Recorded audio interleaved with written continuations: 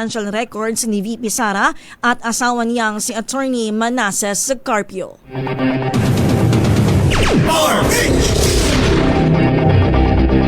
Sisimulan na ho bukas yung pamamahagi ng cash aid sa ilalim ng pinalawak na United Package for Livelihood Industry Food and Transport Program na target makinabang yung 7.5 milyong pamilya. Ayon ho kay DSWD Assistant Secretary Irene Dumlao, kabilang sa mga benepisyaryo ang 3.5 milyong miyembro ng Pantawid Pamilyang Pilipino Program at Walang Gutom Program, 2.5 milyon na mga may hirap at near poor na pamilya mula sa 2024 Community-Based Monitoring System at 1.5 milyong miyembro ng SSS na may monthly salary credit na 20,000 pababayan. Pinalawak po ng gobyerno ang uplift program kasunod ng pagtaas ng presyo ng petrolyo dahil sa tensyon sa gitnang silangan.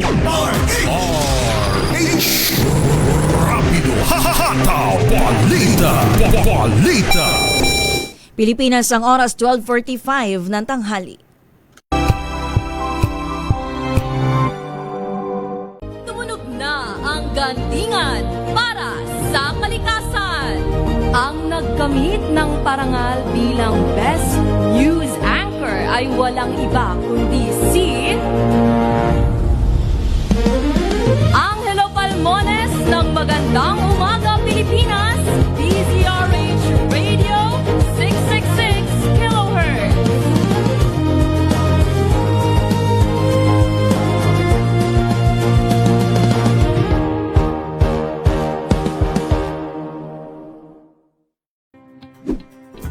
Check na araw mga health checkers. Pilipinas, Metro and Mega Manila, it's the midweek Wednesday. Malusog na gabi po, Luzon, Visayas, Mindanao. Magandang evening, Luzon, Visayas at Kayong salamat sa inyong pagpaminaw, pagtanaw.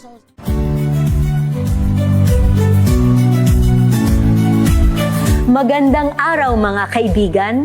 Ito po ang inyong balerina ng bayan, si Lisa Makuha Elizalde, na nag-aanyaya sa inyong samahan kami at ang aming mga espesyal na panauhin para sa kalahating oras ng masayang kwentuhan sa aming programang Art to Art, kung saan ang usapang sining at kultura ay para sa lahat.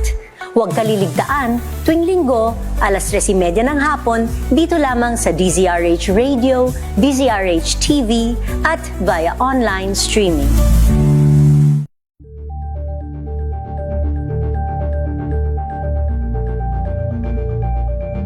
We've got you covered.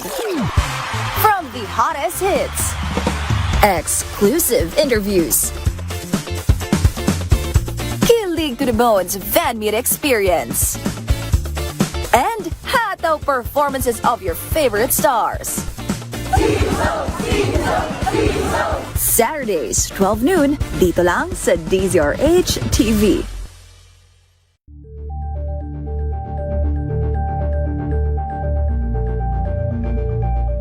Curious ka ba sa maraming bagay? Kami na ang bahala dyan.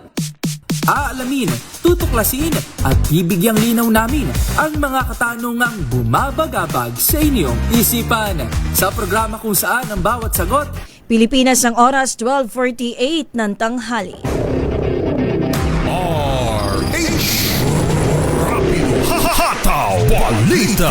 Balita. Sinasabing dredging vessel sa karagatan ng Bagak, Bataan, sinubukang paalisin ng mga pulis. Pero ang mga otoridad, itinaboy daw. Detalye RH37, Dani Kumilang, Dani. Naispatan ng mga otoridad ang isang malaking barko na may markang Sangko 166 na nakaangkla ito sa layong tinatayang 1 kilometro mula sa baybayin ng Barangay Kinawang, Bagak, Bataan alas 10 kagabi. Ayon sa paunang impormasyon ng PNP, pinaghinalaang naghahanda ang barko na magsagawa ng dredging o paghakot ng buhangin na umano'y dadalhin sa ibang lugar. hinala ng mga otoridad ang sasakyang dagat ay maaring pag-aari ng mga Chinese o Korean national bagamat wala pa itong opisyal na kumpirmasyon. Sinabi ng isang opisyal ng Bagak Police na nilapitan nila ang barko at gumamit pa sila ng megaphone upang utusan ang mga tripulante na lisanin ang lugar dahil wala umano itong kaukulang pahintulot para magsagawa ng anumang operasyon sa lugar. Gayunman, ayon sa pulisya, sa halip na sumunod ay sinagawan umano sila ng mga sakay ng barko ng go na nagbunsod sa mga otoridad na umatras bilang pag-iingat sa kanilang seguridad na pangambang maaring armado ang mga nasa barko at malagay sa panganib ang kanilang kaligtasan. Patuloy na inaalam ng mga kinaukulang ahensya ang pagkakakilanlan ng barko at mga sakay nito. Ang layunin ng pananatili nito sa karagatan ng Bagak at kung may paglabag itong nagawa sa umiiral ng mga batas at regulasyon sa maritime at environmental protection. Dani Kubilang, RH37, DCRH, una sa Pilipinas, una sa Pilipino. Samantalang mahigit 700,000 pesos na halaga ng substandard automotive batteries na kumpiska ng CIDG dyan po sa Dagupan City.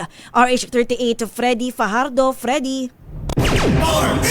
Nasa kustodiya nga ng CIDG Pangasinan ang mga suspect na sila alias Isa, isang babae may-ari ng warehouse, at alias Al, warehouse employee, kapwa na sa hustong gulang matapos silang maaresto ng maaktuhan sa pagbebenta ng mga imported automotive batteries mula sa bansang India na walang kaukulang papeles. Batay sa ulat ni CIDG Pangasinan Chief Police Lieutenant Colonel Joseph De La Cruz na nakarating sa tanggapan ni CIDG Director Police Major General Robert Morico II, katuwang nila ang DTI Pangasinan in coordination with Dagupan City Police sa pagsalakay nila sa nasabing bodega sa Barangay Tibing, Dagupan City, kung saan nakumpiska rito ang 180 piraso ng umano'y substandard na automotive batteries na nagkakahalaga ng 700,000 piso at matagumpay na naaresto ang dalawang suspect na ngayon nahaharap sa paglabag sa Republic Act 7394 Consumer Act of the Philippines. Mula sa Action Radio Pangasinan, ito si Freddy Fajardo, RH38, tag-uulat para sa DCRH, una sa Pilipinas, una sa Pilipino.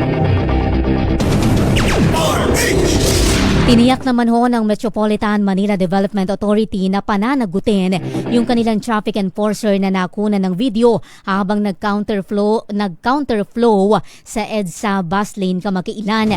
Ayon ho kay MMDA Chairman Romando Artes, hindi kukonsintihin at itatago ng ahensya yung mga maling gawain ng sino man nilang tauhan. Iniimbestigahan na yung enforcer at papatawana ng karampatang parusa ng kagawaran. Bumaba ang kaso ng krimen sa bansa kabilang ang murder sa loob ng 3 buwan na matapos ipatupad ang Safer Cities Initiative. Ayon sa PNP, mula April 6 hanggang July 4, bumaba ng 17% ang kabuuang bilang ng krimen mula 9,506 mula sa dating 7,883 bilang ng kaso. Bumaba rin ang murder cases ng 2.44% mula 901 patungong 879 habang bumaba ng 17.68% ang homicide at halos 28% ang mga kaso ng panggagahasa. Sinabi ni PNP spokesperson Colonel Alan Rayco na nananatiling ligtas ang publiko sa kabila ng naging pagpatay sa 2 motorcycle taxi riders na nakatanggap ng malawak na atensyon.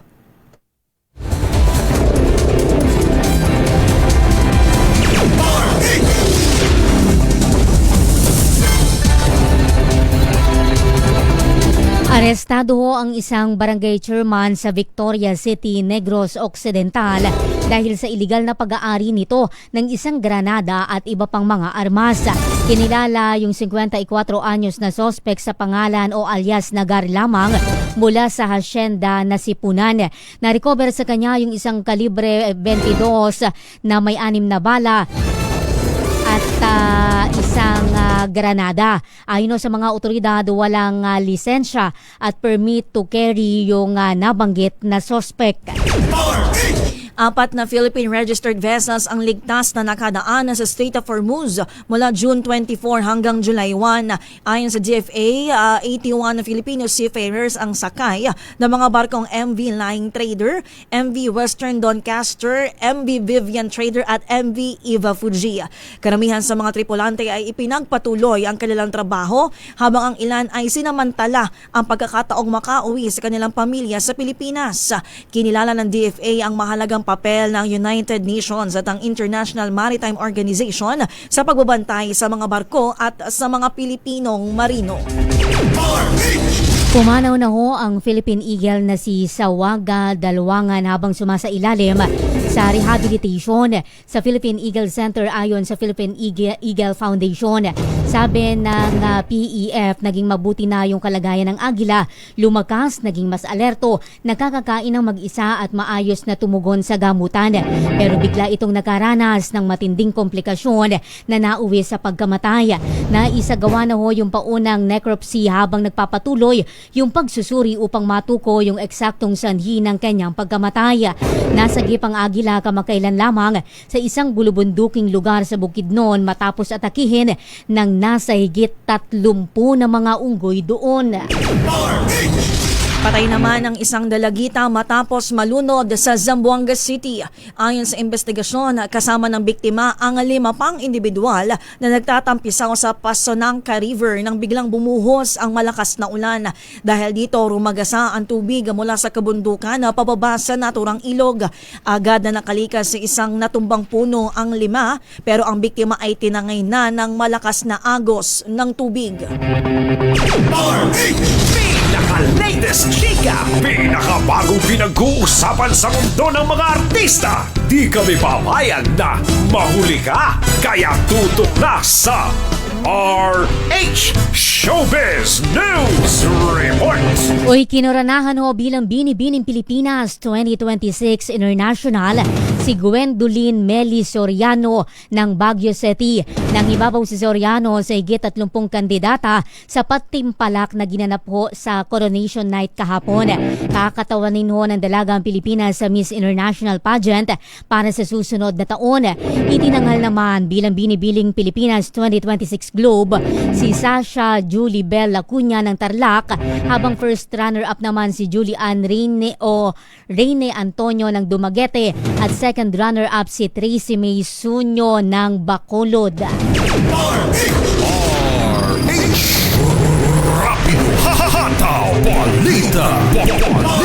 Balikan na ho natin ang mga ulo ng ating mga balita. Higit 10 pisong taas presyo sa petrolyo nakaamba sa Martes.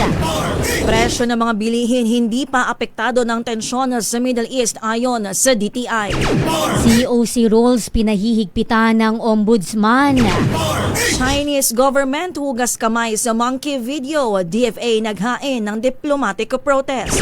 Ilang lugar sa Metro Manila, 3 lalawigan, magkararanas ng power interruption ngayong linggo yan. Water interruptions kasado sa ilang bahagi ng NCR at sa Rizal. Habagat magpapaulan sa Luzon.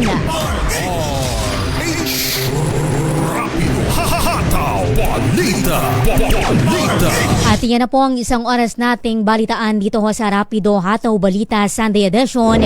Kami po ang inyong nagkasama. Ako po, Giselle Ricafort. Ako naman, Josa Cruzat.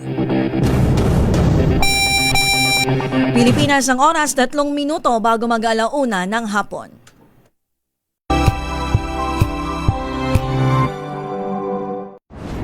Kung good vibes ang hanap mo, dito ka na sa Sigurado.